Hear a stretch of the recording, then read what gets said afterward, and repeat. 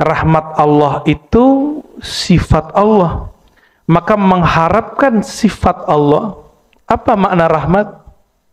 Perhatian sayang Allah. Jadi kita sholat mengharapkan disayang sama Allah. Itu puncak keikhlasan. Jadi dulu waktu saya ngaji hikam pas remaja, sampai di ada ayat ulaika yarjuna rahmatullah, ya. Terus saya ngaji hikam, guru saya ngomong, ngajar hikam nih, ente kalau sholat zakat nggak boleh mengharap-harap apapun kepada Allah, hatta mengharapkan rahmat Allah nggak boleh. Dia ngomong gitu. Waduh, saya hafalannya baru lewat ulaika ya yarjuna rahmatullah gitu ayatnya ya. Mereka adalah orang-orang yang roja, harap kepada rahmat Allah. Maka saya tanyakan, kita panggil guru kita Abuya, bukannya ada ayat begini? Kita bacain ayat, beliau diam, nggak menjawab iya, nggak menjawab tidak. Dan saya baru ketemu jawabannya setelah saya dewasa. Jadi jawaban beliau ya diam itulah, bahwa rahmat Allah itu sifat yang melekat pada zat Allah, sifat yang ada pada zat Allah. Maka mengharapkan rahmat berarti mengharapkan perhatian yang punya zat. Itulah puncak daripada keikhlasan. Jadi sholat kita itu cuma cari-cari perhatian Allah. Itu yang disebut ikhlas. Maka ikhlas ini rukunnya dua aja. Melepas perhatian makhluk dan mencari perhatian Khalik. Udah itu ikhlas. Sari Sakti baru selesai baca Alhamdulillah, langsung dia merasa bersalah. Loh kok saya baca Alhamdulillah? Semenjak saat itu sampai 30 tahun, 40 tahun dia beristighfar. Dzikri wa bil Quran. Asyhadu an la ilaha illallah, asyhadu anna Muhammadan abduhu wa rasuluhu. Allahumma shalli wa sallim wa barik ala hadzal nabiyil karim wa ala alihi wa ashabihi ajma'in. وبعد اللهم بك أصبحنا وبك أمسينا وبك نحيا وبك نموت وإليك النشور. نعوذ بكلمات الله التامات من شر ما خلق. نعوذ بكلمات الله التامات من شر أنفسنا ومن شر غيرنا. اللهم صل وسلم وبارك على سيدنا محمد الفاتح لما أغلق والخاتم لما سبق ناصر الحق بالحق والهادي إلى صراطك المستقيم وعلى آله حق قدر يوم القدر العظيم. اللهم يا أحد صل على أحمد. اللهم يا أحد صل على محمد. اللهم يا أحد صل على المهدي خليفتك. يا الله يا الله يا الله يا أحد. اللهم اجعلنا من أهلك، من أهل القرآن، من أهل السنة والجماعة. آمين يا رب العالمين. وصلى الله على سيدنا محمد. Baik saudara-saudariku, ada yang ikut dari malam tadi nih ya, nggak ngantuk ya, sama-sama kurang tidur. Dari dulu kita kebanyakan tidur ya, dan didoktrin untuk banyak tidur 8 jam. Benar-benar Pak Dokter ya? Tuh Pak Dokter paling paham. Padahal baginda Nabi Muhammad SAW tidurnya sedikit, dan beliau orang paling kuat. Bayangkan waktu perang Parit atau disebut perang Khandaq, itu waktu sahabat-sahabat terkuat menggali, ada batu yang nggak bisa digali. Nabi yang makannya sedikit, yang tidurnya sedikit itu cukup memukul 3 kali, itu langsung batunya hancur. Sallallahu alaihi wasallam. Maka kekuatan sebenarnya bukan pada makan yang banyak, tapi makan yang tepat. Orang kuat itu, orang sehat itu bukan tidurnya 8 jam, tapi tidurnya sesuai dengan kebutuhan batiniahnya. Karena tidur itu kita melupakan dunia sejenak. Tapi bagi ahlullah, tidur itu rohaninya jalan. Kalau tidur nggak menambah sesuatu, maka mereka nggak mau tidur. Karena bagi ahlullah, surga itu sudah dimulai dari dunia. Walaupun ad-dunya sijnul mu'min, dunia itu penjara mukmin. Namun liman khafa maqama rabbih, ya, bagi orang yang takut kepada maqam Rabbnya, maka bagi dia jannatan, dia mendapat 2 surga. Surga ma'rifat di dunia, surga bertemu di akhirat. Ya, ma'rifat itu udah ketemu berarti dia, ya. Maka orang paling bahagia as'adun nas fid dunya a'rafuhum billah wa a'rafuhum bihabibillah wa bi ahlillah. Orang yang paling bahagia itu orang yang paling kenal raja di raja Allah Subhanahu wa ta'ala dan kekasihnya dan pewaris-pewarisnya. Semoga kita termasuk mereka, amin ya rabbal alamin. Jadi cari bahagia, nggak usah keluar, cari di dalam ini ya. Sebelumnya kita sudah membahas tentang rahasia syariat umat Nabi Muhammad SAW, yaitu sholat. Bahwa sholat itu dalam halaman ke-66 di sini tuhadzibul abda minas sifatid damimah, dapat membersihkan seorang hamba dari sifat-sifat tercela, sifat-sifat kebinatangan, sifat-sifat suka mengeluh. Dan sifat mengeluh, mengumpat itu dapat, kalau orang dapat spiritnya sholat, nanti dia keluhannya kurang. Karena dia cukup mengeluh kepada Allah. Keluhan terhebat itu subhanallah. Orang kalau tahu rahasia subhanallah, itu selesai masalah dia. Kenapa? Kalimat subhanallah itu artinya bukan maha suci. Ya Allah, Engkau sangat hebat. Aku maunya ini, ternyata Engkau mau lebih dahsyat. Aku kira masalahnya cuma segini, ternyata masalah yang Kau ciptakan lebih hebat. Maka subhanallah itu menunjukkan ta'ajjub, keheranan. Maka subhanalladzi asra bi'abdi itu ayat yang paling mengherankan di dalam Al-Qur'an. Kata subhana itu. Kok bisa seorang hamba menembus banyak lapis alam semesta dan tembus sampai kepada arasnya Allah Subhanahu wa ta'ala. Maka pada pagi ini, waktu duha ini, kita akan lanjutkan tabarruk, mengambil berkah. Dan berkah yang sebenarnya bukan ijazahan kitab. Berkah sebenarnya adalah may yuridillahu bihi khairan yufaqihu fid din. Siapa yang Allah inginkan keberkahan, Allah bimbing dia untuk memahami agama. Maka mau belajar itu sampai mati. Guru saya mengatakan, nahnu tullabun hatta al-maut. Kami ini santri, padahal beliau kiainya para kiai. Kiainya para kiai ngomongnya apa? Saya ini santri. Jadi seorang kiai itu bisa jadi kiai karena dia merasa dirinya santri. Kalau kiai sudah merasa kiai di atas tinggi, dia nggak bisa didik orang. Ya, nggak bisa. Itu sebabnya seorang guru, seorang kiai, seorang mursyid, dia selalu ingat gurunya. Maka dia membimbing muridnya dan menempatkan dirinya sebagai murid. Baru dia ngerti isi hatinya murid. Ya. Sekarang kita masuk ke halaman 67.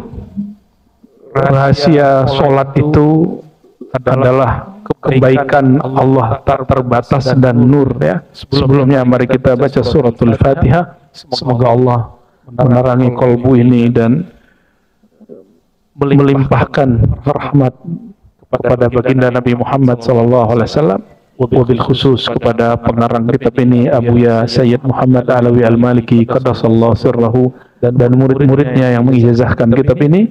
Al-Fatihah. Ya kenapa sin Sebelum masuk sebagai tahaddus menceritakan nikmat Allah, karena itu bagian dari rasa syukur, saya mengambil sanad kitab ini dari murid beliau. Ada banyak yang saya ingat aja ya.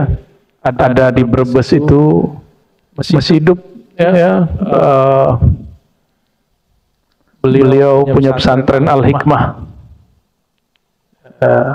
Kemudian ada di Palembang, ada Habib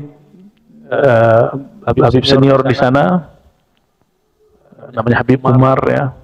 Kemudian juga ada beberapa murid beliau, Habib di Banjar tapi asli Malang, Habib Ali, dan beberapa yang lain. Mereka jumpa dengan beliau dan dapat ijazah beliau. Dan ketika saya bertemu, saya minta berkah sanad beliau juga. Ya, semoga guru-guru kita, berarti guru saya, guru antum semua kan? Ya, mereka diberkahi oleh Allah SWT, nyambung Ya, jadi saya ngambil sanad ini nggak langsung dari perpus. Kita minta sanad dulu dari guru, baru saya berani ngajarin. Ya, ada juga di Madura kita punya guru mengijazahkan ini juga. Ada Jawa Tengah, ya Purwokerto, Purworejo ya. Ada beberapa. Sengaja beberapa nama saya nggak sebut. Justru karena saya menghormati mereka. Ada yang saya sebut bukan nggak hormat, tapi kayaknya antum nggak bakal tahu juga. Kalau Habib kan sulit dicari. Nama Habib sama aja semua. Ya. Waqala beliau berkata, Sayyid Muhammad Alawi Al-Maliki. Ya, di Mekah saya mengambil kepada murid beliau juga masih hidup Abuya Sayyid Usamah namanya. Dan anaknya Sayyid Ahmad ya. Annal birral ilahi yatanatharu fiha 'alal musalli. Bahwasannya salat itu adalah kebaikan Allah Ta'ala yatanathar ya, yang Allah limpah ruahkan kepada orang yang sedang sholat.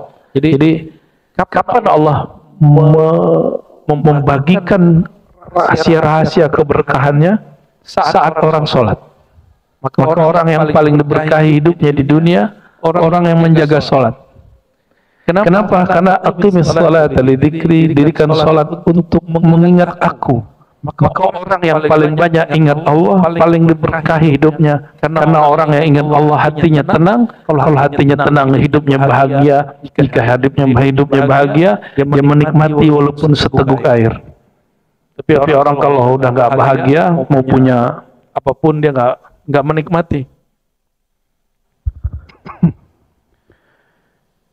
Rawa Muhammad ibn Nasr anil Hasan al-Basri mursalah. Ya, ada satu riwayat yang mursal dari Sayyidina Al-Hasan al-Basri. Hasan al-Basri ini kalau beliau meriwayatkan hadis nggak menyebutkan nama gurunya, berarti gurunya adalah Sayyidina Ali. Berarti siapa? Jadi beliau ditanya, ya Hasan, limadza la tusammi syaikhak? Kenapa kamu tidak menyebutkan nama gurumu, kok langsung menyebut nama Nabi sallallahu alaihi wasallam? Apa kata beliau? Saya hidup di zaman kalau nama guruku disebut, aku dizolimi. Di saat itu khutbah isinya mencaci maki gurunya, yaitu Sayyidina Hasan. Dan siapa yang menyebutkan nama beliau dalam taklim masuk penjara. Ya, kalau di Indonesia kan dibully doang. Ini masuk penjara, Pak. Maka Sayyidina Hasan al-Basri dikira oleh orang tidak punya sanad kepada Sayyidina Ali, dan itu sudah dibantah oleh dua imam al-Hafiz. Pertama al-Hafiz Ibnu Hajar al-Asqalani, yang kedua al-Hafiz Jalaluddin As-Suyuti. Dua imam ini menulis karya dan beberapa risalah yusbit wa yuqir biliqa'i Sayyidina Al-Hasan al-Basri bi syaikhihi Sayyidina Ali karamallahu wajhah. Jadi mereka sepakat mengatakan riwayat tentang pertemuan Sayyidina Al-Hasan bin Al-Basri dengan Sayyidina Ali itu sahih. Ya, tidak seperti kelompok yang mereka membenci Sayyidina Ali, yang sekarang ajaran itu ada di kelompok ekstrim hari ini. Kalau sebut Ali langsung dia bilang Syiah. Ya. Itu kelompok begitu disebut Nasibiyah. Apa namanya? Nasibiyah. Ini imam ahli hadis, periwayat Sahih Bukhari. Jadi Sahih Bukhari itu juga diriwayatkan. Imam penghafal Sahih Bukhari yang menyebarkan Sahih Bukhari di Mekah dan di Mesir, Maroko, itu namanya Abu Dzar Al-Harawi. Abu Dzar Al-Harawi dari Afghanistan, Herat. Beliau ini abad ke-4 Hijriah, sezaman dengan Imam Daruqutni, ya, selamat pusing saya sebut nama banyak-banyak. Sezaman dengan Imam Daruqutni, Al-Baqillani. Abu Dzar Al-Harawi, ya, dan imam-imam itu mereka membagikan Sahih Bukhari bersamaan mengajarkan akidah Ahlus Sunnah wal Jamaah, ya. Dan mereka orang-orang yang kemudian menyebutkan juga sanad-sanad ini. Ya. Terlepas dari itu semua, khawatir terjebak di kajian sanad nih, lupa saya. Ini bukan di kelas. Ya, lupa saya. Keasikan kalau ngaji kritik sanad ya. Al-Hasan Al-Basri, beliau berguru kepada Sayyidina Ali, dan sanad ini kebanyakan dipakai oleh ahli thariqah. Ya. Abu Dzar Al-Harawi tadi cerita tentang zuriat Sayyidina Ali dan murid-muridnya. Apa kata beliau? Ada dua imam, ubtulia bisu'i ashabin. Bulia, maka kata buli ini mungkin dari bahasa Arab. Imamani bulia bisu'i ashabin. Al-awwal Muhammad bin Ja'far Al-Baqir, ya, wathani Ahmad bin Hanbali. Dua imam yang Allah uji dengan pengikut yang jahat. Su'i ashabin, kejahatan, keburukan, kebodohan, kejahilan pengikutnya. Satu pengikut Muhammad bin Ja'far yang kemudian menjadi kelompok Rafidah, pembenci sahabat Nabi dan istri-istri Nabi. Dan kelompok kedua, kelompok kebalikannya, pengikut Imam Ahmad bin Hanbali tapi benci dengan Sayyidina Ali. Gitu. Kalau ada orang bersilsilah bersanad ke Ali dituduh Syiah. Padahal semua ilmu imam mazhab nyambung kepada Sayyidina Ali. Melewat siapa? Lewat Muhammad bin Ja'far Shadiq. Muhammad bin Ja'far Shadiq, ya. Itu cicit Sayyidina Ali karramallahu wajhah. Dan kita nggak mau lagi melanggengkan dua ini, Rafidah, Nasibah, pembenci keluarga dan istri Nabi, sahabat Nabi, atau sebaliknya pembenci ahlu bait Nabi, zuriat Nabi. Kita nggak mau mengulangi kesalahan itu, ya.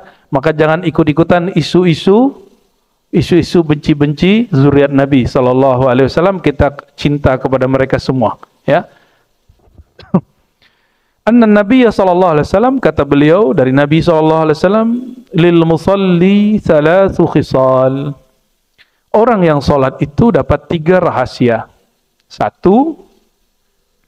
yatanatharul birru min ananis sama ila mafriqi ra'sih.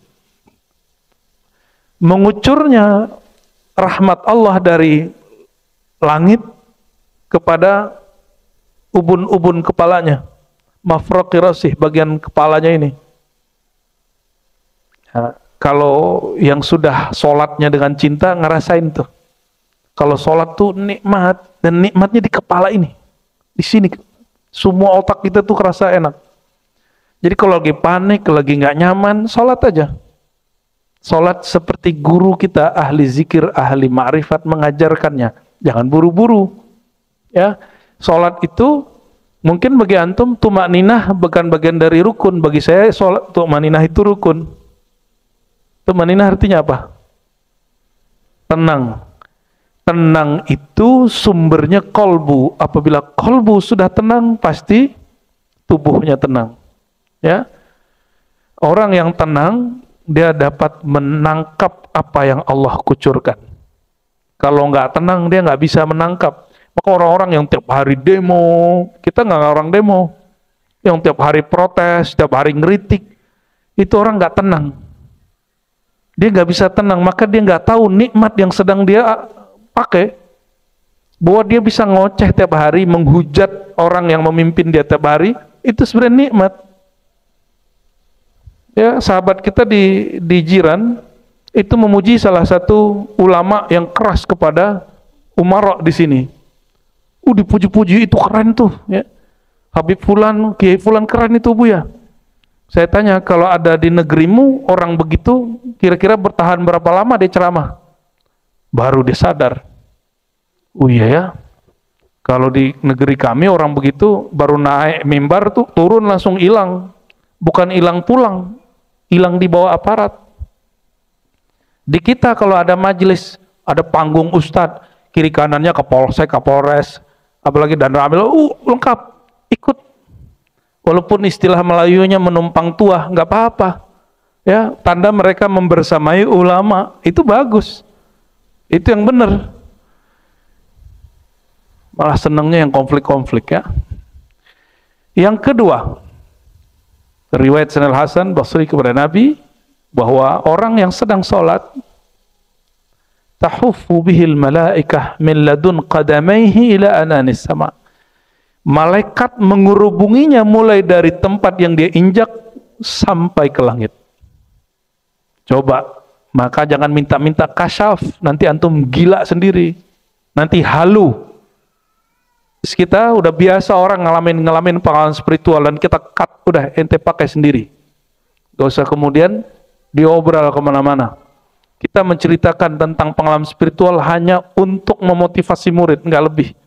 Bukan untuk mencari pembenaran. Ya. Jadi kalau ada pernah saya cerita tentang mimpi ketemu Rasulullah, jumpa Rasulullah, itu hanya untuk memotivasi jamaah supaya mau bersolawat. Karena Nabi sendiri SAW yang mengatakan, siapa yang berjumpa kepadaku akan jumpa dalam keadaan sadar. Itu Nabi sendiri SAW yang menjawab. Kira-kira lebih mulia malaikat yang menggerubunginya atau dia? Mana yang mulia? Malaikat itu amalannya atu-atu doang. Ada yang malaikat dari awal dicipta cuma sujud, ada yang cuma ruku, ada yang cuma takbir, ada yang cuma subhanallah, ada yang cuma istighfar. Kita semua amalan malaikat dari bumi sampai ke langit kita amalin semua. Maka di langit ketujuh amalan malaikatnya subhanallah, alhamdulillah, wala ilaha illallah, wallahu akbar. Itu amalan yang ketujuh, Pak. Tuh, amalan yang antum remehin selama ini itu amalan malaikat yang tawaf di langit ketujuh. Maka Sayyidina Ibrahim alaihissalam dalam hadis yang sahih, ketika Sayyidina Muhammad SAW naik ke langit ketujuh, apa kata beliau? Sampaikan salamku kepada umatmu bahwa surga itu tanahnya subur tapi belum ada pohonnya. Tanamilah dan tanamannya adalah subhanallah, alhamdulillah. Sampai selesai. Ya, maka kita di ribat ada maksurat kita namanya wirid asas.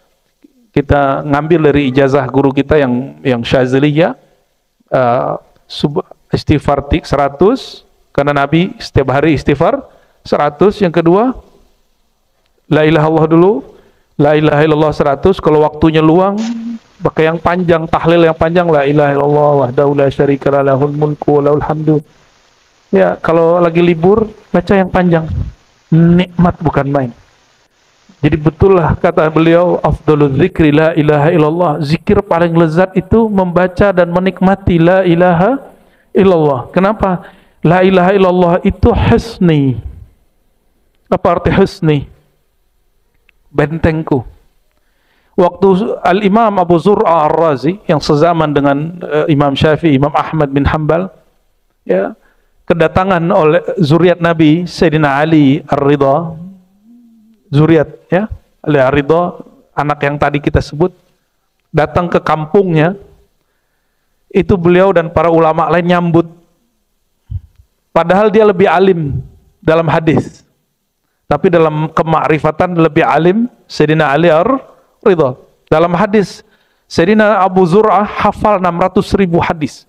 Sedangkan dalam kemakrifatan lebih dalam siapa? Ali Ar-Ridha.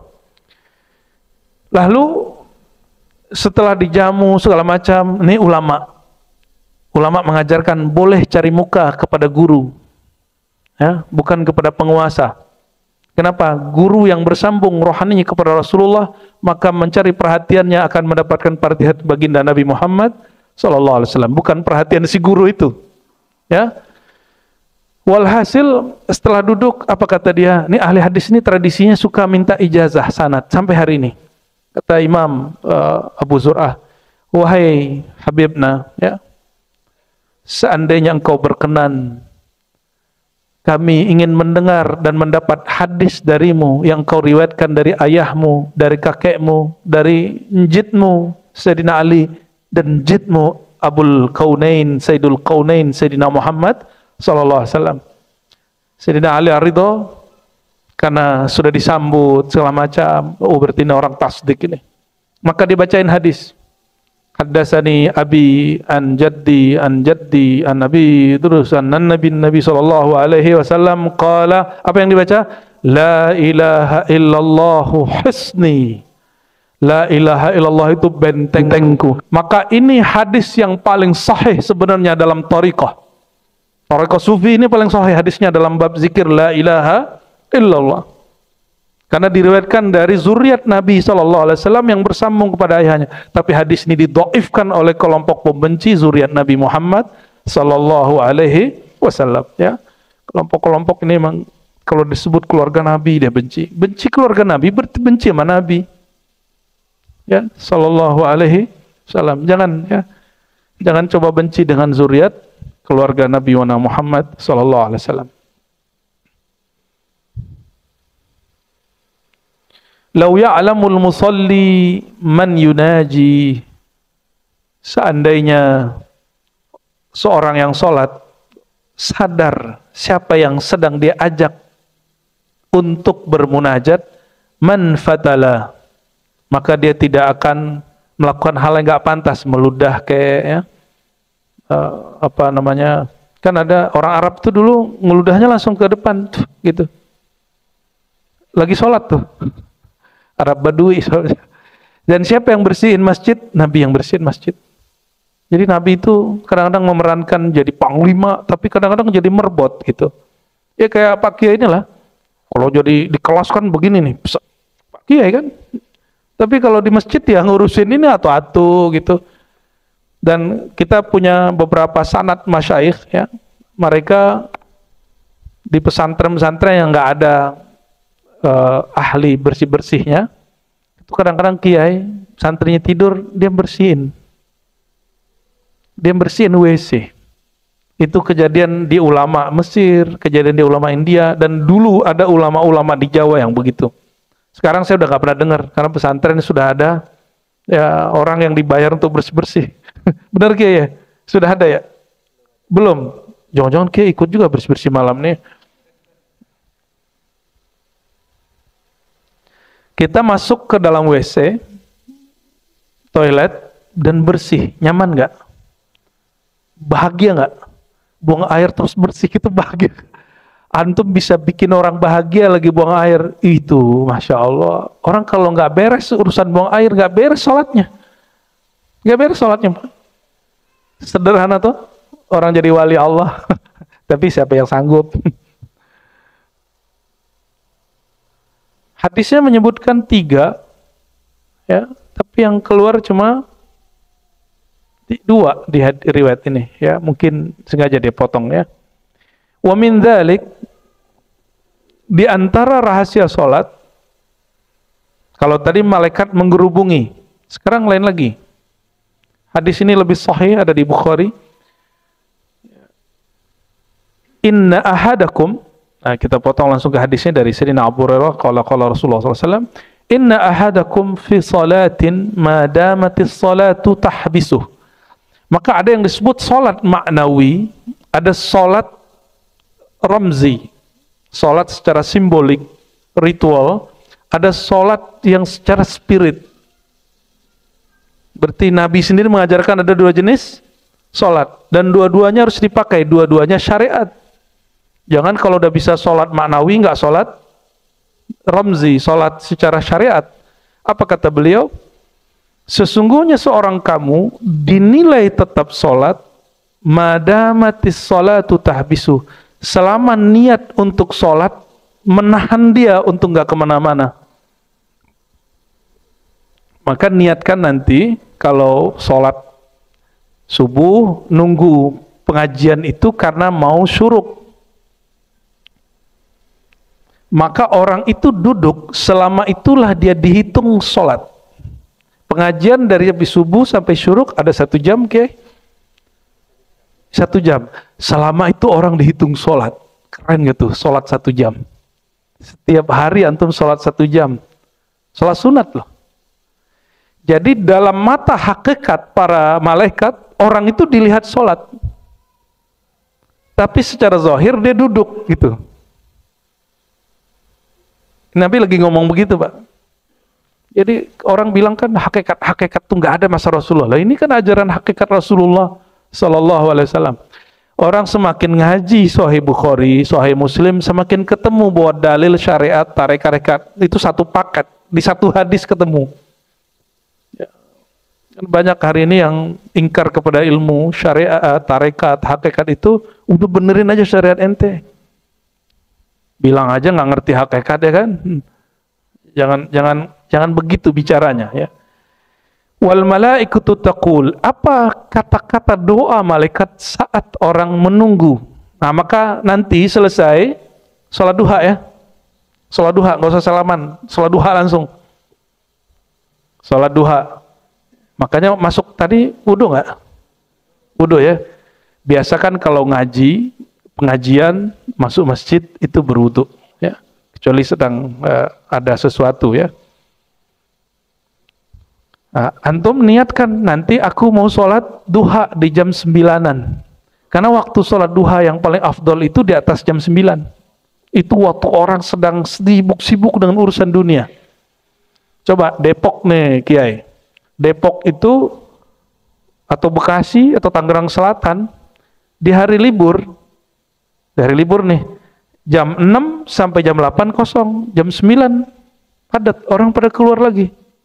Benar gak? Di hari biasa, weekday, orang mulai sibuk dari jam 6 sampai jam 6 lagi sore. Dan puncaknya nanti jam 9 sampai jam 12. Itu lagi yang rapat, lagi alot ya. Yang lagi kerja, lagi serius, moodnya lagi bagus. Di saat itu, waktu sholat duha sangat afdal bagi yang tidak punya kerjaan wajib. Ya. Kenapa? Imam Ibnul Jauzi dalam kitab Tafsir mengatakan, waktu yang afdol berwirid itu adalah di saat orang lalai mengingat Allah Subhanahu wa taala. Makanya sholat asar itu salah satu doa, salah satu zikir, amalan penghubung langit. Jadi siapa yang nggak sholat asar, wutira ahluhu wa maluhu. Orang yang nggak sholat asar keputus hubungan batiniah dengan langit, selesai. Maka sholat asar jangan coba-coba digabung sama maghrib. Ya. Usahakan misalnya kita lagi di tol, cari keluar cepat. Yang penting sholat asar walaupun 5 menit sebelum maghrib. Mesti, nggak usah ditawar-tawar. Oh, aneh ngambil kodok. Nah, kodok jangan tiap hari. Sesekali sih boleh. Stagnan di tol. Masuk tol kok stagnan kan lucu. Masa masuk tol macet kan? Gak usah ngetol. Kecuali lagi mudik ya. Ya, sholat dulu, sholat menghormati waktu dulu. Tapi ingat, sholat menghormati waktu di atas kendaraan tidak dihitung sholat. Maka kalau nyampe wajib diqadha. Tolong diingat-ingat. Kalau nggak percaya tanya Pak Kiai yang pakar mazhab Syafi'i. Ya. Kan ada juga yang nggak percaya sama kita ya kan. Dianggapnya aneh nggak ngerti fikih. Ya.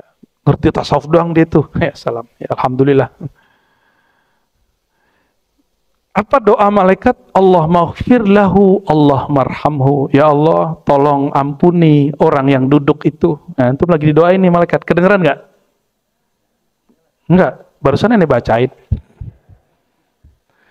Karena malaikat itu jisim tubuhnya tercipta dari cahaya, maka kalau nggak mengaktifkan cahaya itu kita nggak bisa dengar, Pak. Dan alhamdulillah nggak aktif-aktif amat. Kalau aktif, antum nggak perlu dengar, pasti ikut baca. Maka saat kita mendoakan orang, itu sisi nur malaikatnya lagi aktif. Kita ngeliat orang, ya Allah, rahmati dia, ampuni dia. Itu berarti antum lagi pakai sifat malaikat. Jadi nggak usah nunggu dengerin malaikat. Itulah kata-kata malaikat. Maka orang itu di tubuhnya manusia, tapi kadang-kadang yang bicara lewat dia bisa jadi syaitan, karena syaitan mengalir di setiap darah. Bisa jadi yang berbicara kepada dia jin, tuh kesurupan-kesurupan tuh ya. Setan itu, masa kita percaya sama orang kesurupan? Yang paling parah ustadz percaya sama kesurupan sampai ngancurin sholawat nariyah. Karena yang kesurupan bilang, itu setan itu. Sejak kapan orang alim percaya sama orang kesurupan yang hilang akalnya? Inilah akibat kalau agama dibangun dengan khurafat, dibangun dengan percaya kepada mistik tapi tidak berdasarkan iman yang kuat. Ya, silakan yang suka ruqyah. Tapi jangan percaya sama omongan orang yang kesurupan. Kuatin akidahnya dulu. Dan gak boleh takut. Masa orang kesurupan takut? Orang kesurupan tuh geplok aja Pak. Ya kalau nggak kasih tuh ya taiknya kucing tuh, bangun deh itu. Ya. Pakai doa ketinggian. Serius Kiai. Jadi kalau ada santri kesurupan, nggak usah bacain ayat, kasihnya bawang, ya kan? Iya serius. Kalau nggak hidung tutup aja hidungnya. Kan dia ngomong bangun tentu. Pakai ayat ketinggian. Ayat itu hudal linnas, hidayah. Sesekali kalau ada orang kesurupan kita bacain ayat untuk obat syifa. Tapi tugas Quran itu yang utama hudan, bukan untuk alat terapi. Boleh terapi dengan Quran, tapi ada adabnya. Jangan sampai kemudian mempercayai kata-kata orang kesurupan, nggak mempercayai yang dia baca, ya. Nggak dapat doa malaikat orang begitu. Nah, malaikat apa kata dia? Wal malaikatu taqul, para malaikat bukan satu, berdoa, Allahumma firlahu, ya Allah hapus dosa dia. Allahumma arhamhu, ya Allah cucurkan rahmat kasih sayang kepadanya. Maka orang yang suka bermajelis, ini rahasia, itu pasti kolbunya penyayang. Kalau dia majelisnya sahih ya, bukan majelis syaitan. Kalau majelisnya majelis Nur Muhammad sallallahu alaihi wasallam yang diajarkan rahmat Nabi Muhammad sallallahu alaihi wasallam, setiap dia ke majelis kolbunya tambah sayang ke makhluk Allah Subhanahu wa taala. Bahkan dia sayang kepada orang yang memusuhinya. Sudah begitu belum? Kayaknya masih kita mau musuh. Dan paling aneh, kok ada orang ingin dekat kepada Allah terus bertengkar masalah amalan dia. Terus kapan ente mau nyampe ke Allah? Ente tengkar mulu masalah sunnah bid'ah. Orang udah usul kepada Allah, udah nyampe, dia masih tengkar aja nih sunnah apa bid'ah. Seperti seorang murid, dia datang ke majelis zikir, terus orang zikir keras-keras, dia bikin, ini bid'ah ini. Yang satu lagi nangis, wah ini tolol ini ya. Depan dia ada yang badannya gerak-gerak, wah ini kesurupan ini. Orang sudah merasakan dahsyatnya kalimatullah, dia malah suuzon nama orang yang, nah itu. Maka cari ilmu itu jangan yang jadi racun. Cari ilmu itu yang menjadi penyehat rohani. Nambah ilmu, nambah husnuzon kepada umat Nabi Muhammad SAW. Nah insya Allah nih keluar dari sini tambah husnuzon lah. Insya Allah. Tanda saya gagal ngajar, antum keluar dari sini, terus suka ngasih kesalahan orang, wah ini aliran sesat, ini trokor sesat, ini manhajnya sesat. Wah itu berarti kita masih gagal itu ya. Ngajinya harus lebih lama, nggak cukup sejam, 2 jam. Malam yakum min musalla au yuhdis. Syaratnya satu, dia tidak beranjak dari tempat sholatnya atau tidak yuhdis. Yuhdis itu bisa diartikan berhadas, tapi di riwayat lain yuhaddis, dia menceritakan dunia. Nah, jadi orang duduk tapi dia cerita dunia. Ini yang kita agak bingung mau ngomongnya nih. Di masjid, tapi yang dibuka Facebook. Di masjid yang dibukanya Instagram. Mending Instagram pengajian. Yang dibukanya Instagram doi.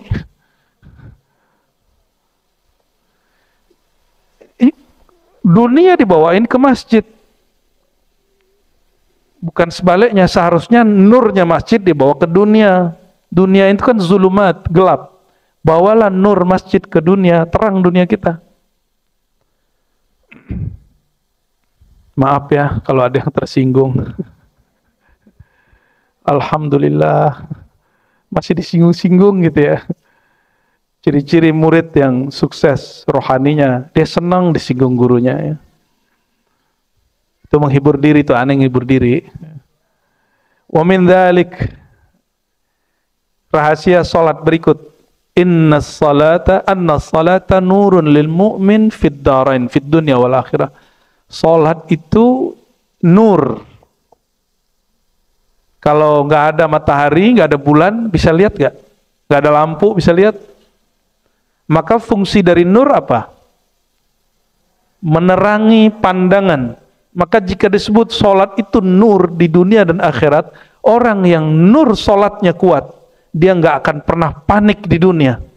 Yang panik itu orang yang gelap hatinya, karena dia nggak mau sholat. Dan sungguh aneh, zaman pandemi, ahli tahajud panik sama pandemi. Itu aneh bener itu. Mati juga ketakutan, bukan mati sama pandeminya. Ya, semoga mereka diampuni oleh Allah SWT. Ya.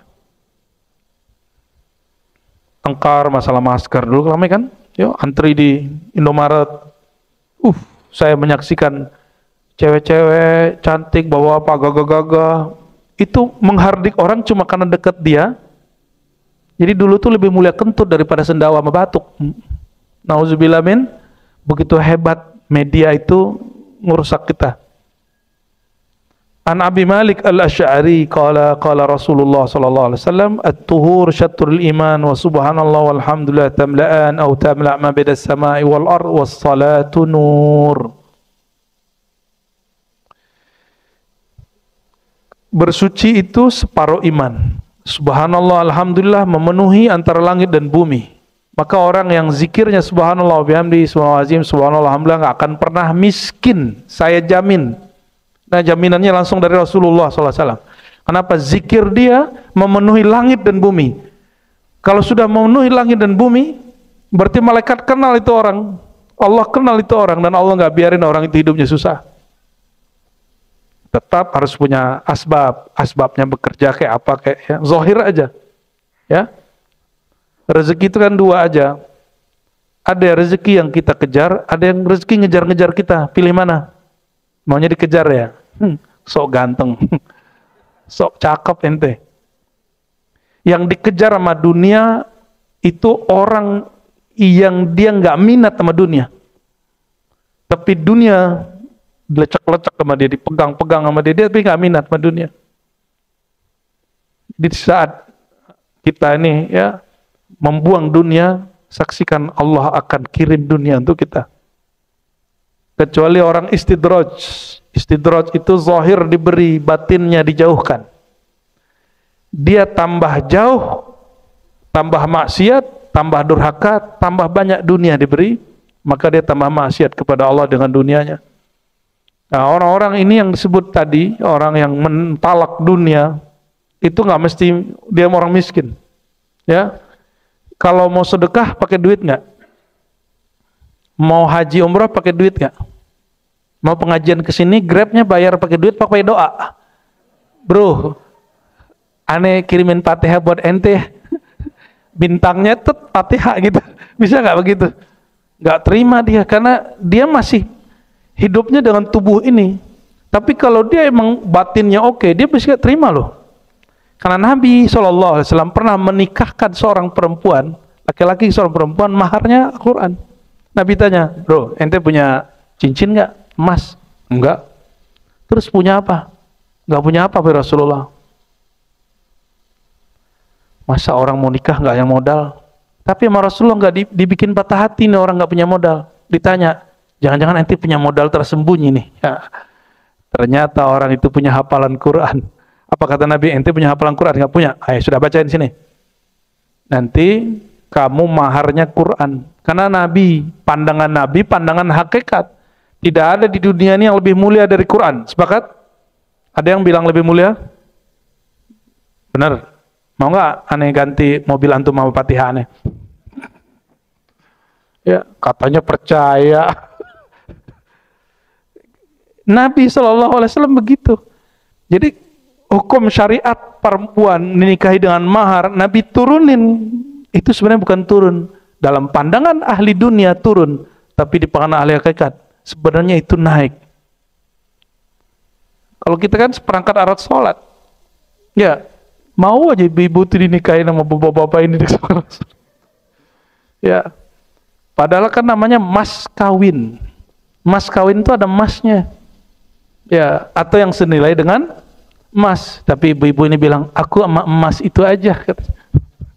Ya, bapaknya GR. Maka dinikahkanlah Rasulullah dengan si perempuan, maharnya apa? Quran. Itu mahar paling mahal di dunia itu. Nah, cuma orang nggak ngerti, dikira itu mahal paling murah. Nabi itu nggak pakai senjata itu, khazanah ini, perbendaharaan ini, kecuali terdesak. Pakai hukum hakikat kalau bahasa kita. Itu hukum hakikat, Pak. Jadi hadis tentang tasawuf, ilmu hakikat, ma'rifat, itu semua ada di Quran, semua ada di Sahih Bukhari dan Muslim. Maka wiridan kita salah satunya baca Sahih Bukhari. Ya, saya megang sanad Bukhari, Pak. Sanad Sahih Bukhari saya termasuk banyak. Ya. Dan alhamdulillah kita khatam Sahih Bukhari. Dan saya tiap kali baca satu halaman ketemu ilmu ma'rifat di situ. Alhamdulillahirabbil alamin, ya. Tapi saya yakin ibu-ibu ini nggak ada yang mau anaknya dinikahkan dengan mahar Fatihah. Ya, nggak ada ya? Nggak ada. Kurang yakin. Fahiya nurun lil musalli fi qalbihi wa basirati wa aqli wa wajhi. Salat itu nur bagi orang yang salat itu, nur itu masuk ke dalam kolbunya, basirah, pandangan batin, maka dia memandang dengan batinnya, bukan hanya dengan mata. Lagi nih kalimatnya. Wa aqlihi, akalnya, wa wajhi, bahkan wajahnya. Oleh karenanya orang yang benar-benar sholat sesuai dengan Nabi ajarkan, itu wajahnya enak Pak dilihat, bukan wajah-wajah yang nyebelin gitu dilihat. Wajah ini nyebelin gak nih? Nyebelin gak wajahnya? Nyebelin ya? Ketahuan subuhnya telat berarti. Yang penting sholat ya. Qala ta'ala simahum fi wujuhim min atharis sujud. Jadi yang disebut bekas sujud bukan hanya bekas hitam. Bekas hitam itu mungkin karena kulit antum kurang kuat, nggak sekuat Pak Kiai ini. Ada orang yang sensitif kulitnya ketika sujud hitam. Bukan hitam itu, karena tidak ada satu riwayat dari Nabi SAW bahwa jidatnya hitam. Nggak ada. Ya, nggak ada kan? Nggak ada. Coba tunjukin satu hadis saja bahwa jidat Nabi hitam. Tapi ada sahabat Nabi yang jidatnya hitam. Nah, bedakan ya. Sahabat Nabi karena saking lamanya sujud dia lupa mau bangun. Asik sujud, maka jidatnya ada yang hitam. Yang disebut bekas sujud itu adalah nur yang memancar dari wajah. Orang sholat itu dia suka ruku itu hormat. Suka sujud, dia merendah hati kepada Allah, kepada makhluk. Maka orang yang sholat itu nggak meninggi. Kalau ngomong sama orang yang selalu meninggi, asik nggak? Nggak seru. Saya sudah pernah menjelaskan pada bab taubah bahwa dosa itu ada tingkatan. Dosa orang awam itu bagi orang awam dosa fisik. Lalu ada dosa orang yang khawas, yang spesial, itu dosa kolbu. Jadi atau pikiran jorok, hati mulai tidak benar, itu disebut dosa juga. Tidak terlihat oleh kasat mata.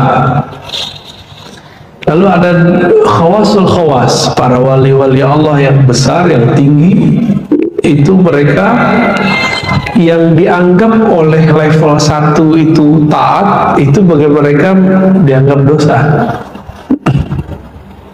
Contoh, seorang imam namanya Sari Sakti, dia punya toko di pasar. Semua tokonya terbakar, toko orang di sana, kecuali toko dia. Lalu ada anak buahnya ngabarin, wahai Tuhan, semua toko terbakar kecuali toko kita. Apa kata dia? Alhamdulillah. Alhamdulillah kalau bagi orang awam itu baik kan? Kita bersyukur, alhamdulillah, orang banjir semua, orang kebakaran semua, saya enggak. Alhamdulillah, ini secara orang awam. Jadi ternyata kalau diusut, coba lihat, dia baca alhamdulillah, dia bersyukur di saat orang lagi susah. Ini punya perasaan ini orangnya. punya batin nggak sih dia orang itu? Kan nggak ada perasaan orang begini. Karena tidak ada sisi kemanusiaannya, tapi dia poles dengan keagamaan, dengan lafaz alhamdulillah, terkesan soleh, taat. Taatnya orang awam ini, syukurnya orang awam ini dosa bagi orang yang khawasul khawas, dosa bagi orang yang sudah level wali. Sari sakti baru selesai baca alhamdulillah langsung dia merasa bersalah. Loh, kok saya baca alhamdulillah? Semenjak saat itu sampai 30 tahun, 40 tahun dia beristighfar karena tidak punya perasaan kepada orang. Apa kata dia? Innila astaghfirullah arba'ina sana.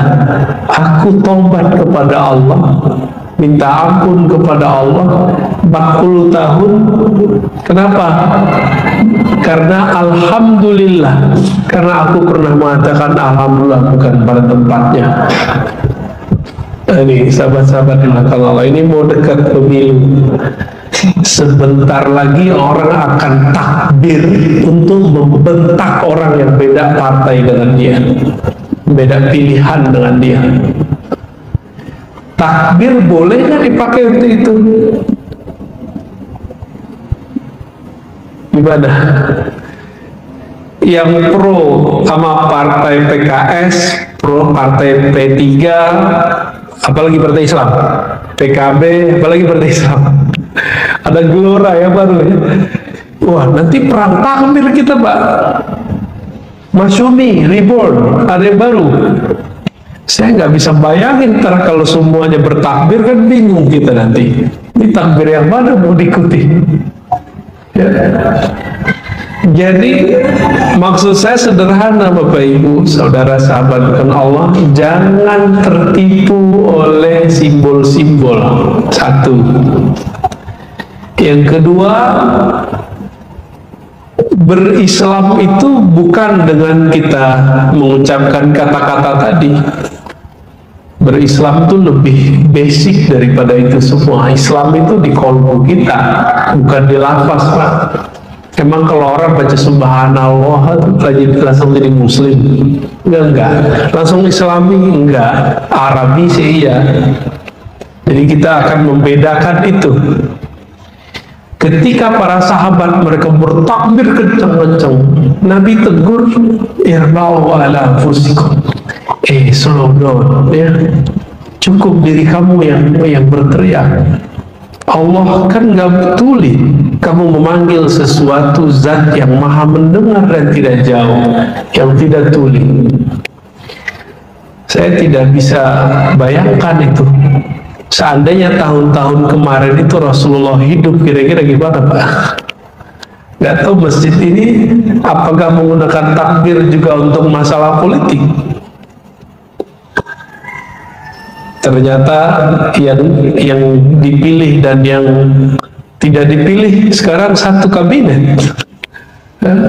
Lucu nggak? Bagi saya itu agama dijadikan alat dan sekarang begitu. Dan itu dosa-dosa yang bagi saya itu bukan dosa kecil, Pak. Itu dosa besar. Karena bahkan simbol-simbol takbir bukan pada tempatnya, itu dosa besar bagi saya. Gak tahu bagi Bapak semua ya. Kita kalau ngikutin adabnya Imam Sari Sakti, kita bisa tobat setiap saat. Saya pernah korban loh, Pak, saya dibentak pakai takbir.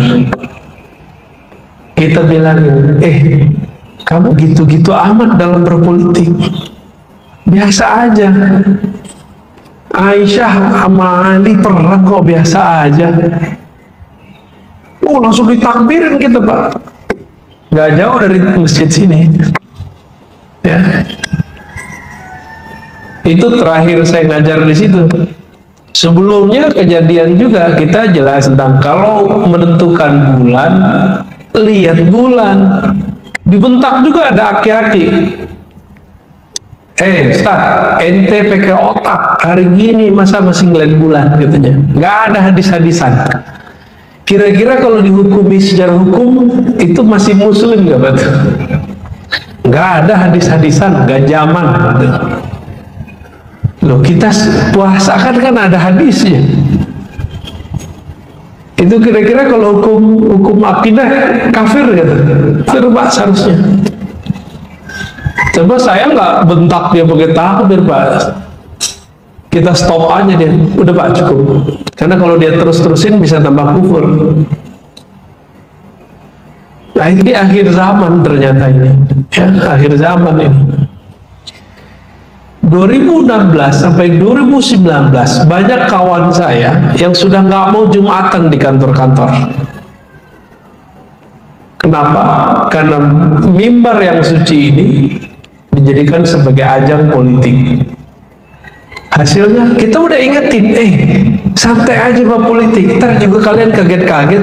Bener, yang dipilih, yang nggak dipilih sekarang satu kabinet. Mau diulang lagi cerita itu, silakan ya. Amal masyita, ya. Lakukan dia kamu mau, gitu aja. Kalau di dalam Al-Quran ketika Allah marah, apa kata Allah? Fa'budu ma syi'tum, ya udah sembah sesuka kamu. Bukan berarti itu sungguhan kebolehan menyembah apa saja. Nah, ini kita berkalam sekarang begini. Saya nggak tahu ke depan gimana ya. Nanti kita dibilang apalah, terserah mereka ya, karena kita berbuat bukan karena ingin dipuji atau takut dicaci. Innama na'mal lillahi tabaraka wa ta'ala ya. Kita berbuat insya Allah karena Allah Ta'ala ya. Suatu kali Imam Junaid disebutkan di kitab ini di bagian belakang menceritakan ra'aitu faqiran alaihi athar al-ibadah. Satu kali aku melihat ada seorang yang fakir miskin, sepertinya rajin ibadah, tapi suka minta-minta. Wa faqultu fi nafsi, lalu aku berkata-kata dalam hatiku, launa anna haza amila amalan yasunu bihi wajah kana ahabba ilaihi. Coba kalau orang ini mau kerja aja, badannya kan masih kuat, pasti dia nggak perlu minta-minta. Dia menggunjingkan orang itu, tapi cukup di hati. Bapak masih ingat siapa Imam Junaid? Siapa Junaid? Junaid ini imam wafat tahun 297 Hijriah. 297 Hijriah. Gelarnya Sayyid Taifah, pemimpin para ahli tasawuf. Tahun 297 sudah ada istilahnya pemimpin sufi. Berarti sufi itu sudah ada Hijriah. Ketiga Hijriah disebut salaf gak? Salaf, berarti salaf itu di dalamnya ada sufi, ada imam mazhab. Tapi mereka itu hari ini yang dibantah oleh kelompok-kelompok yang bakal menjadi khawarij masa depan. Lalu mereka mengatakan tidak ada sufi, sufi zindik, sufi khurafat ya. Dan yang paling lucu itu apa? Imam Junaid ini kan gurunya Imam Asy'ari ya, gurunya Imam Asy'ari, ilmu kalam yang sudah diahlusunnahkan. Jadi saya diejek-ejek oleh mereka, ya saya nggak merasa diejek, merasa ketawa. Jadi mereka ngutip pengharaman Imam Syafi'i terhadap ilmu kalam. Apa arti ilmu kalam? Tetapi mereka menerjemahkan ilmu kalam itu filsafat. Loh, dari mana kesamaan kalam dengan filsafat? Gak ada. Jadi Imam Syafi'i itu melarang orang belajar kalam Karena ilmu kalam di zaman Imam Syafi'i itu adalah ajaran akidah Mu'tazilah yang menolak takdir dan mereka mendahulukan akal daripada kitab dan sunnah. Menyebut ajarannya kalam. Tapi setelah seabad, kata kalam berubah menjadi kalam yang sudah dialusunnahkan. Sebagaimana dulu fikih itu ilmu yang dulu dipopulerkan oleh Imam Abu Hanifah yang disebut ahlul ra'yi, bukan ahlus sunnah, bukan ahlul hadis. Tapi belakangan sekarang menjadi tren ilmu fikih, ya kan? Nah, kira-kira seperti itu. Imam Junaid ini dia punya satunya ilmu hadis, dan ilmu yang paling terkenal dari beliau adalah ilmu tasawuf. Ilmu tasawuf ini kata mereka bukan dari Rasulullah. Loh, katanya kalau ada salaf aman. Giliran salafnya kita majuin, oh dia nggak mau terima juga, ya. Oke, apa yang kejadian pada beliau? Falamman saraftu ila baiti wa syara'tu fi wirdi thaqula alayya fi jami'a anwa'ihi fanimtu anha faraitu dhalika al-faqir qad ji'a bihi ala khawan wa qila li kul lahmi faqad ikhtabta. Ya. Kalau diterjemahkan secara bebas, ketika aku pulang sampai di rumah, biasanya Imam Junaid ini kalau nyampe ke rumah bukan mau tidur, Pak. Kalau kita pulang mau ngapain? Mau tiduran deh, mau nonton, mau main handphone. Nah ini beda deh. Di zaman itu belum ada smartphone. Maka beliau radhiyallahu ta'ala anhu kemudian memulai membaca wiridnya. Thaqula alayya jami'a anwa'i. Tapi kok bacanya berat? Biasanya bacanya nikmat, kayak orang melahap makanan. Ini baru mulai istighfar sudah berat, mulai syahadat sudah berat. Ada yang bisa konsentrasi. Lalu tertidurlah beliau. Ketika tertidur, tiba-tiba ada yang datang membawa, ya, orang ini, ada bangkainya, terus apa katanya? Kul billahmi faqad ikhtabta.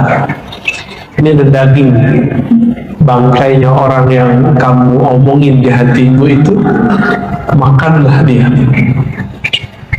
Lalu Junaid mengerti fikih. Dia fikihnya fikih Imam Thawri.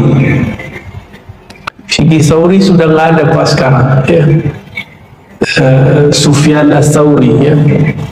Ada yang mengatakan dia pakai fikih Ishaq, ya. Indama qultuhu fi nafsi, aku kan cuma bergumam dalam hatiku, belum melafazkannya. Nah ini untuk meluruskan, karena ibu-ibu, bapak-bapak ini banyak bilang ini kan kenyataan yang saya omongin, kenyataan, berarti ini bukan gunjing. Lah itulah yang disebut gunjing. Gunjing itu membicarakan sesuatu yang nyata, kalau enggak disebut fitnah, ya. Faqila li, lalu dikatakan kepada Imam Junaid, mithluka la yaliqu bih. Orang kayak kamu, maksudnya engkau ini kan wali Allah, atas di kolmu ada sesuatu hujatan merendahkan kepada makhluk-makhluk Allah tabaraka wa ta'ala. Berat jadi wali Pak, ya? Mau jadi wali? Enak Pak jadi wali, jadi kekasih Allah. Tapi adabnya gitu, ngelihat pengemis nggak boleh, sedikit pun suuzon nggak boleh. Gimana? Kuat ya? Imam kita sholatnya agak panjang, bacanya agak berat. Waduh, nggak boleh kesel Pak. Nggak boleh kesel kita. Aduh, panjang amat gitu, nggak pantas. Kalau cuma jadi wali, ya. Dicaci maki orang nggak boleh emosi, biasa aja. Gimana? Kuat gak jadi wali? Nabi Muhammad itu dilempar sama orang nggak balas, Pak. Mau jadi wali murid aja kali ya. Falamma asbahtu, ketika esok pagi Zahuf, nah itu ternyata lagi apa, beliau ini nyari nih, pagi-pagi dicari sampai ketemulah orang ini. Faqala li, aku mengucapkan salam kepadanya, lalu dia mengatakan, ya Abul Qasim, ya Abul Qasim ata'ud? Fakultu la. Pengemis ini mengerti apa yang terjadi. Ketika Imam Al-Junaid mengatakan Assalamualaikum, belum ngomong, orang ini yang tadi dibicarakan di hatinya langsung bicara. Abul Qasim, apakah engkau akan mengulang kembali apa yang kamu lakukan kemarin, yaitu membicarakan aku di hatimu? Fakultu la, lalu aku menjawab tidak. Faqala, lalu Allah mengampuni kami, saya begitu maksudnya, dan engkau. Nah ini adab paling penting ini. Jadi kalau doain orang, doain diri kita dulu baru orang lain. Ini kan sekarang banyak nih lagi tren Allah yahdik, semoga Allah memberi hidayahku. Iya, kalau Allah ijabah, ente nggak dapat hidayah, dia dapat hidayah. Ini kan sekarang lagi tren ya. Kita beda dikit sama dia dibilang Allah yahdik, ya kita aminin. Gimana seharusnya kalau kita lagi beda sama orang lalu kita mendoakan orang itu? Doakan diri dulu baru doakan orang. Allah yahdini wa iyyak, semoga Allah memberi hidayah dan memberi hidayah engkau. Jadi jangan sombong. Itu iblis dulu kan begitu, Pak. Iblis itu dulu, malaikat-malaikat ini kan Allah bukakan lembaran Lauh Mahfuz, karena dari langit ke-7 surga di surga iblis lagi bertugas beribadah, jaga surga. Datanglah malaikat ya, bertanya, minta doa. Wahai Tuan Azazil, doakan kami. Ternyata yang dibaca oleh malaikat ini bahwa ada sekelompok orang yang sudah setara malaikat nanti membelot, durhaka kepada Allah. Malaikat takut, lalu mereka datang kepada malaikat yang sudah setara malaikat, yaitu Azazil yang bakal menanti jadi iblis. Datang ke sana minta doa. Apa kata si Azazil yang lagi jaga surga? Ya, saya doakan ente selamat semua, tapi dia melupakan mendoakan dirinya. Jadi orang-orang yang merasa dirinya suci, merasa dirinya akan selamat, lupa mendoakan dirinya, nanti begitu ya, anak buahnya Azazil semua itu iblis ya. Baik, nah ini cerita yang paling inti di sini. Ternyata hal yang sama terjadi pada Imam Khalid. Maulana Imam Khalid al-Baghdadi summa Dimashqi, beliau pemimpin tariqat 5 tariqah, Naqsyabandiyah, Qadiriyah, Khistiyah, Suhrawardiyah, lalu yang sudah ditajdid namanya Mujaddidiyah. Imam Khalid ini ahli hadis juga, ahli zikir. Suatu kali dia lagi tawaf di Masjidil Haram, tiba-tiba ada orang nyandar di satu tiang, kakinya selonjoran ke Ka'bah. Beradab nggak, Pak? Saya ngelihat di masjid ini sering nih ada orang lagi khutbah selonjoran kakinya ke kiblat. Itu kalau ngikutin adab nggak beradab itu, Pak. Secara hukum fikih saya boleh negur dia, Kenapa? Yang boleh itu dia mendekap, ihtiba. Ada yang coba contohin ihtiba. Gitu tuh boleh Pak, bagus gitu tuh. Jangan diselonjorin, nggak beradab. Tapi kayaknya sering, apalagi kalau khotibnya beda sama dia tuh, dia selonjorin terus kakinya tuh. Ya. Itu nggak beradab sama sekali. Ternyata orang ini ujian bagi Imam Khalid. Dalam hati dia lagi tawaf. Orang tawaf boleh nggak ngomongin orang dalam hatinya? Atau zikir, yang benar ngapain? Kita lagi tawaf. Tawaf ini kan sama dengan sholat, Pak. Sholat itu tawaf sebenarnya. Inna sholati wa nusuki. Tawaf itu kan berpindah dari satu titik ke titik yang lain. Itu berpindah dari berdiri, takbir, Fatihah, ruku, berdiri lagi, sujud. Itu sama dengan tawafnya badan itu. Tawafnya badan semua naik turun begitulah terus, makanya jumlahnya 17 kan. Bukan cocok logi loh Pak ya, emang jumlahnya 17 kan. Emang 17. Maulana Imam Khalid, beliau ini belum jadi wali besar ya, tapi sudah jadi mursyid Thariqat Qadiriyah saat itu. Belum jadi mursyid tarekat lain. Mursyid ini kan guru yang sudah dapat ijazah, langsung ijazahnya dari ayahanda beliau sendiri. Lagi tawaf, dia baca kitab salawat namanya Dalailul Khairat.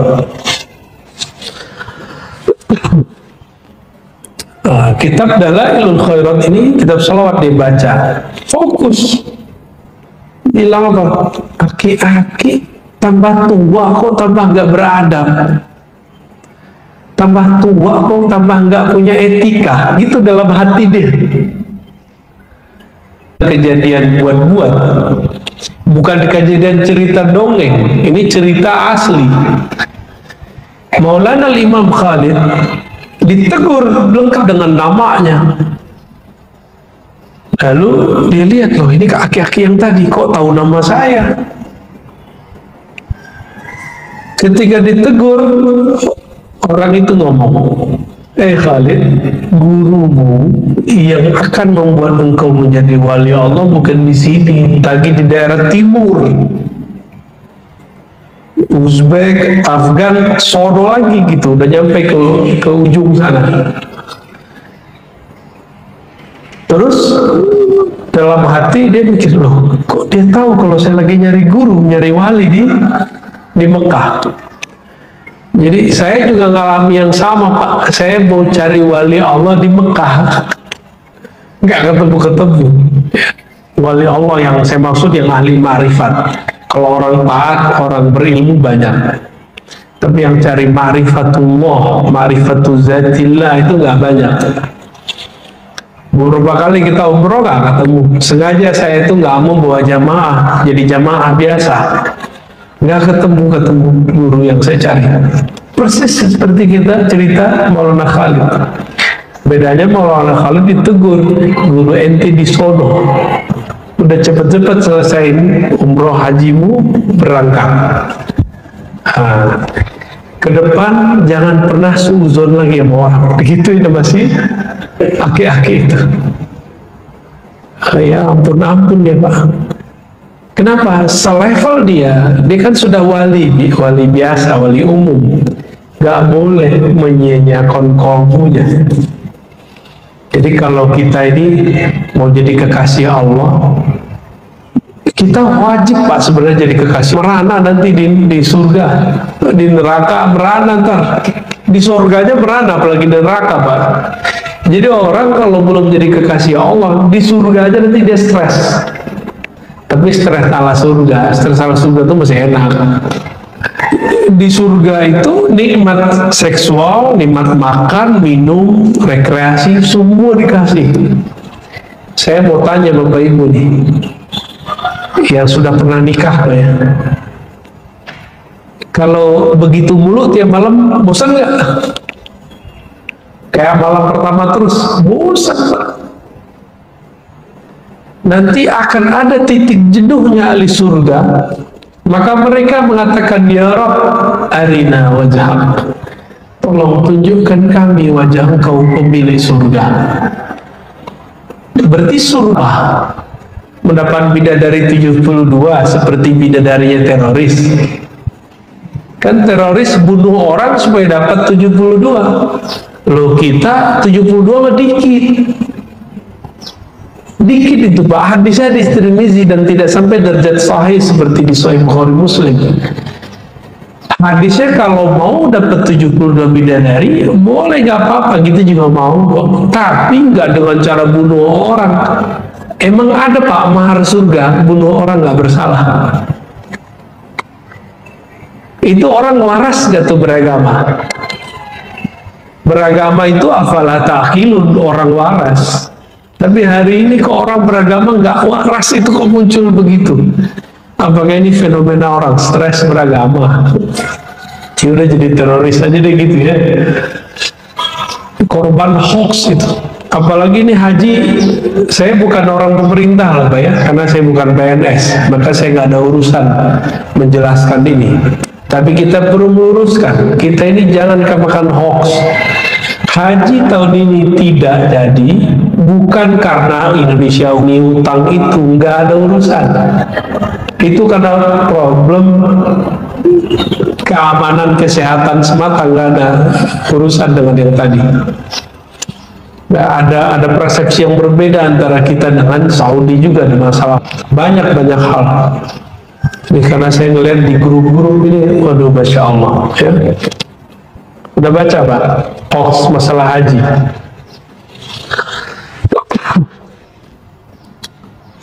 Orang kok suka gitu nyebar hoax, dan parahnya yang nyebar hoax yang taat ibadah, orang masjid ya, orang masjid yang nyebar hoax. Kita agak sedih dengan fenomena ini. Perlu belajar ilmu hadis Pak, biar gak kena hoax ya. Baik.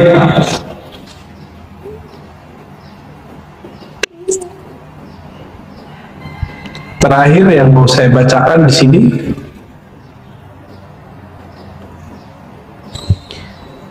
dikatakan di sini bahwa Imam Sufyan bin Uyainah pernah menyebut tentang persoalan gibah, ya, menggibah orang di depan Imam Ibnu Mubarak. Ibnu Mubarak ini wafat tahun 181 Hijriah, ya, masih ulama salafus saleh. Kitab-kitabnya dijadikan sandaran.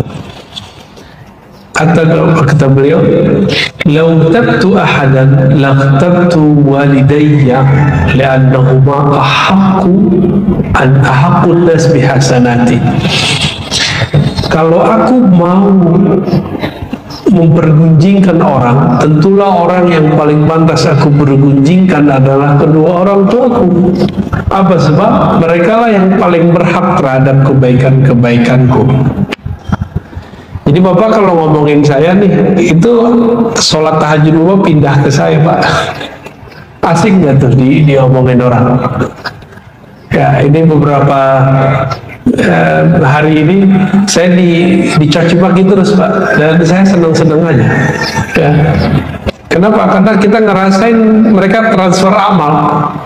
Karena ada kesalahan dalam cara mereka dalam berkomunikasi, memahami kata-kata kita ya. Lain waktulah saya cerita ya. Jadi ke depan ini saya kabarin aja ya, akan ada perang, tapi bukan perang militer dalam waktu dekat, tapi perang ideologi dan teologi. Ya, ideologi sudah mulai luntur nih. Yang ada sekarang perang teologi, perang akidah sesama muslim. Saya berharap jamaah kita bisa tahu jalannya, dia ahlus sunnahnya bersanad atau tidak ya. Karena sekarang banyak aku ahlus sunnah. Maka nanti antara kelompok dengan kelompok akan menggibah kelompok yang lain. Apakah ini boleh? Nah, bukan lagi menggibah, merendahkan. Jadi satu kali ada seorang mengatakan bahwa para ahli zikir yang berzikir dengan biji-biji tasbih itu sama dengan Yahudi. Orang-orang yang belajar sifat 20 Allah wujud qidam baqa itu orang-orang yang sesat. Gitu, ngomongnya gitu Pak. Firqatun dolah. Nah itu mereka sudah serentak, mereka tidak merasa memfitnah kita. Lalu saya pernah coba ngomong sedikit saja, dan itu bukan cacian, bukan fitnah. Saya lagi muji malah. Bahwa waktu saya pergi ke Israel sana, saya melihat ada Yahudi ortodok yang anti dengan Zionis, jenggotnya mirip dengan jenggot salah satu kelompok itu. Mirip, kita bilang Yahudi mirip mereka, tapi mereka balikin. Ar-Razi memfitnah kami bahwa kami mirip dengan Yahudi. Memutar balikin nggak? Karena komunikasi mereka nggak beres. Jadi kita ini sudah dibenci lama, cari momen dia untuk menghancurkan. Ya. Terus yang kedua, kan Yahudi di sana itu melakukan perempuan persis seperti Salafi, yaitu perempuan dilarang ke masjid dalam tradisi Salafi. Saya ngomong begitu. Saya dijawab Pak, mereka ngomong, apa kata mereka? Syekh Saleh Fauzan tidak melarang ke masjid, tapi dianjurkan di rumah. Semua dalil itu mah Syekh Saleh Fauzan, pakai dalil itu mah Rasulullah. Tapi ada nggak Salafi yang mengizinkan istrinya sholat di masjid? Ada nggak Pak? Coba lihat, kan nggak ada. Walaupun fatwa ulamanya tidak dilarang, nah kita ngomong dari atau ajaran, ya tergantung dia milih yang mana. Itu kemudian mereka menyerang kita, ya. Saya jelaskan begitu. Jadi mereka sudah mulai Pak, setiap hari hampir 1000 kali saya dicaci maki oleh mereka, dan kita nggak merasa difitnah, biasa aja. Kita coba ngomong begitu, itu emosinya bukan main. Saya pegang tasbih, disebut mirip Yahudi, saya nggak marah Pak. Ya. Tapi giliran Yahudi kita katakan itu pujian, karena jenggotnya Yahudi ini mirip dengan jenggotnya Sayyidina Harun. Pujian nggak tuh? Mereka kemudian memotong video itu dan dijadikan sebagai cara untuk mencaci maki kita. Jadi sekarang ada gerakan caci maki berjamaah setiap hari, ya, setiap hari. Dan saya harap teman-teman tidak terpancing, ya. Jangan balas mencaci maki lagi, santai aja kita, ya. Kita mau balas dengan keilmuan aja. Idfa' billati hiya ahsan. Kalau ahli kitab aja kita harus balasnya dengan baik, apalagi dengan sesama muslim, walaupun mereka nggak baik ke kita, walaupun mereka bilang kita sesat, ya. Antum dibilang sesat loh, pakai sifat 20 nggak Mas? Allah wujud qidam baqa ente sesat ente. Pakai tasbih nggak kadang-kadang? Pakailah Yahudi ente. Digituin, kita digituin sudah bertahun-tahun, dan kita gak marah, kita biasa-biasa aja. Giliran kita bilang coba jenggot Yahudi sama dengan jenggot dia, ngamuknya bukan main. Beragama kok kayak binatang buas, ya. Marah aja mulutnya, gak ada adem-ademnya. Nah ini yang kita bahas waktu bulan puasa, bahwa dalam diri kita ini ada sifat kebinatangan ternak, ada binatang buas. Kalau ini nggak diberesin, dapat dalilnya dipakai untuk menghujat orang. dalilnya dipakai untuk orang. Karena sibaiyah, karakter binatang buas yang ada dalam diri saya, diri Bapak semua, itu akan menggunakan senjata apa aja untuk mengalahkan orang. Karena sibaiyah ini maunya ngalahin orang. Kalau fisik, pengen pakai barang apa aja untuk ngalahin orang. Kalau perangnya perang ideologi, perang teologi, pakai dalil, Quran Sunnah dia pakai. Yang paling lucu apa? Kita dianggap mengolok-olok Rasulullah. Nah, berarti selevel ustadznya itu nggak mau dengerin videonya dari awal sampai akhir. Lalu dianggap kalau mengolok Rasul berarti kafir. Nah, ini apalagi yang bahaya. Mereka menganggap diri mereka adalah representatif daripada Rasulullah. Berarti diri mereka ini sama dengan Rasul. Pengkultusan gitu. Ini bahaya, Pak. Kalau mereka melarang mengkultuskan kiai, sekarang mereka mengkultuskan pendapatnya sendiri, ustadznya sendiri, pandangannya sendiri. Dan pengkultusan pendapat, pandangan ini lebih bahaya daripada mengkultuskan sosok. Karena kalau sosok itu masih di bawahnya Azazil. Kalau udah mengkultuskan pandangan itu udah sama kayak Azazil itu. Ini bahaya-bahayanya nanti ke depan. Jadi ini baru awal, Bapak Ibu yang melakukan Allah. Ke depan saya nggak tahu juga, saya masih bisa kajian di sini ya. Wallahu a'lam. Tapi kalau ini berlanjut terus ya barangkali nanti mungkin saya beberapa kali gaib ya, tidak hadir di sini. Berarti kita lagi berseteru, Pak. Seteru asik. Ya. Baik, kira-kira begitu ya. Saya minta doanya semoga ulama-ulama yang sejati mereka bangun dari tidurnya, tidak diem, tidak cari aman, tapi mau berjuang mempertahankan Ahlussunnah dan menenangkan umat. Al-Fatihah.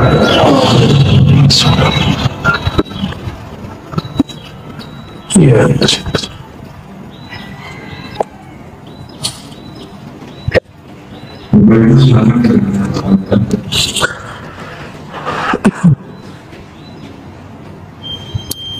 Gimana?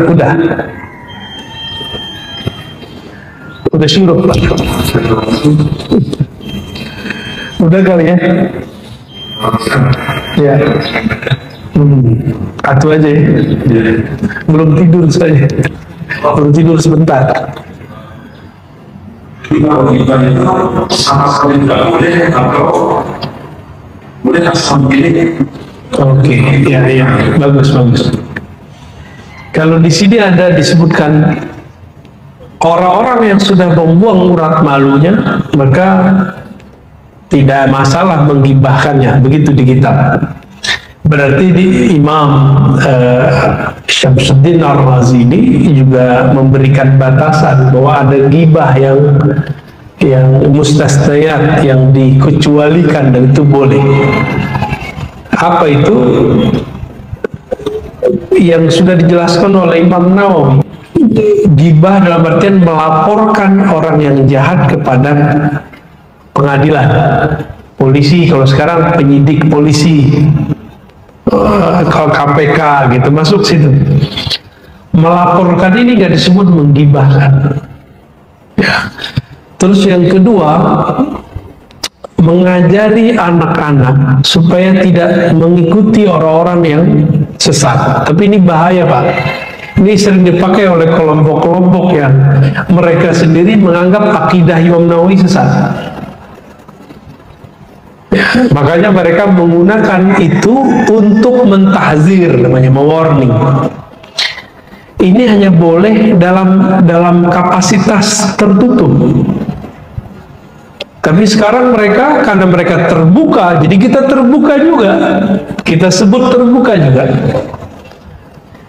Dulu mereka mensyirikkan Sayyid Muhammad Alawi Al-Maliki, dan itu terang-terangan. Ya sekarang kita kalau mau terang-terangan juga. Nanti akan ada masa itu, Pak. Dan itu masa yang saya sebut nanti perang akidah. Sesama Muslim, Pak, nanti. Kenapa? Karena Nabi sendiri mengabarkan akan muncul di akhir zaman, ya, hadis Bukhari Muslim, saya khruj min di hadzal qaum, dari kelompok kaum ini orang yang ahli Quran tapi Qurannya nggak tembus sampai ke jantungnya, ke dadanya, ke kolbunya. Nah, itu Nabi udah ngomong gitu, ahli hadis, ahli retorika. Orang ahli Quran, ada pesantren Qurannya nggak tuh? Ada rumah tahfiznya Pak, ada ma'had tahfiznya ntar. Jadi jangan dibayangkan nanti ujung-ujung datang. Jadi rangkaian ini panjang. Di belakangnya ada pesantren-pesantren tahfiz yang tidak jelas sanad keilmuannya kemana. Orang kita kan pengen cepat, hafalan 40 hari, hafalan 6 bulan, setahun hafal sekian. Dulu kan nggak ada begitu. Coba datang ke pesantren-pesantren, ya, di apa, Pangandaran, ya, Pangandaran, Kudus, Mbah Arwani, Mbah siapa tuh ya, Mbah Munawir, Kerapian. Nggak ada target-target yang semampunya si murid. Sekarang kok muncul dan rata-rata nggak ada sanad ya Pak. Dan saya baru dengar ada kawan saya ngomong kemarin. Ini saya baru pulang dari Padang ya. Kita buat daurah-daurah, apa kata dia? Mengajarkan umat hafalan tapi tidak mendidik rohaninya, tidak mendidik akidahnya, itu adalah pembodohan umat. Jadi ngapal doang tapi nggak ngerti isinya dengan baik, itu pembodohan. Jadi tolong hati-hati anak-anak kita, jangan cuma karena pengen anak hafal salah masuk Pak.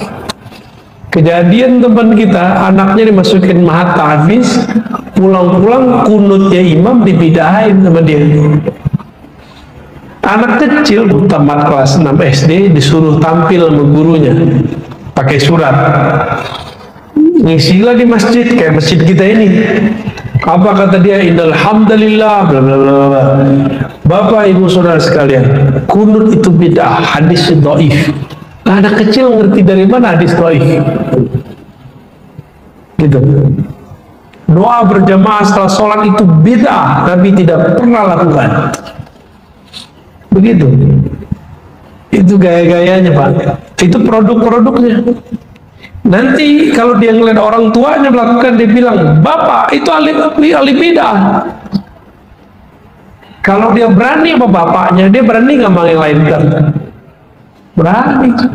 Itulah awal dari munculnya ekstremisme. Ekstremis muncul dari situ Pak. Maka nanti kita tengkar di masjid semua ntar. Masih ingat orang kunut ditonjok? Ya, masuk berita kan? Itu baru satu Pak. Baru satu. Masjid polisi dibom. Baru beberapa kali. Cirebon, Medan. Mau masjid kita digituin ntar? Enggak mau lah ya. Jadi saya berharap Bapak Ibu Saudara yang dimuliakan Allah, terutama pengurus, nggak ada ampun lagi. Jangan kasih kendor semangat kita mengenjangkan ajaran Ahlussunnah wal Jamaah. Jangan kasih kendor. Pak Ustaz, nanti kita dicaci orang. Emang kita berbuat untuk orang itu kan enggak. Ya'malu fasyarallahu a'malakum. Udah berbuat aja. Nah, untuk yang begini, jadi tahzir yang tertutup, terbatas boleh. Boleh Pak, jangan sebut nama orangnya, itu boleh. Kalau mau sebut pakai inisial aja Pak.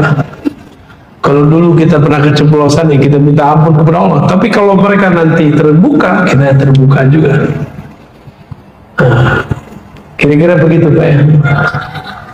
Saya rasa cukup Bapak Ibu yang makan Allah, ikhwan akhwat fillah. Semoga diberkahi oleh Allah. Antara kesejukan kitabnya dan panasnya perang ideologi-ideologi, Semoga tidak lengah ya. Hati-hati dengan anak-anak kita, hati-hati dengan keluarga kita, jangan sampai kesusupan lewat sosial media, lewat pendidikan dan lain sebagainya. Semoga Allah mengampuni dosa kita semua. Wallahu ala nabiyina Muhammad. Assalamualaikum warahmatullahi wabarakatuh.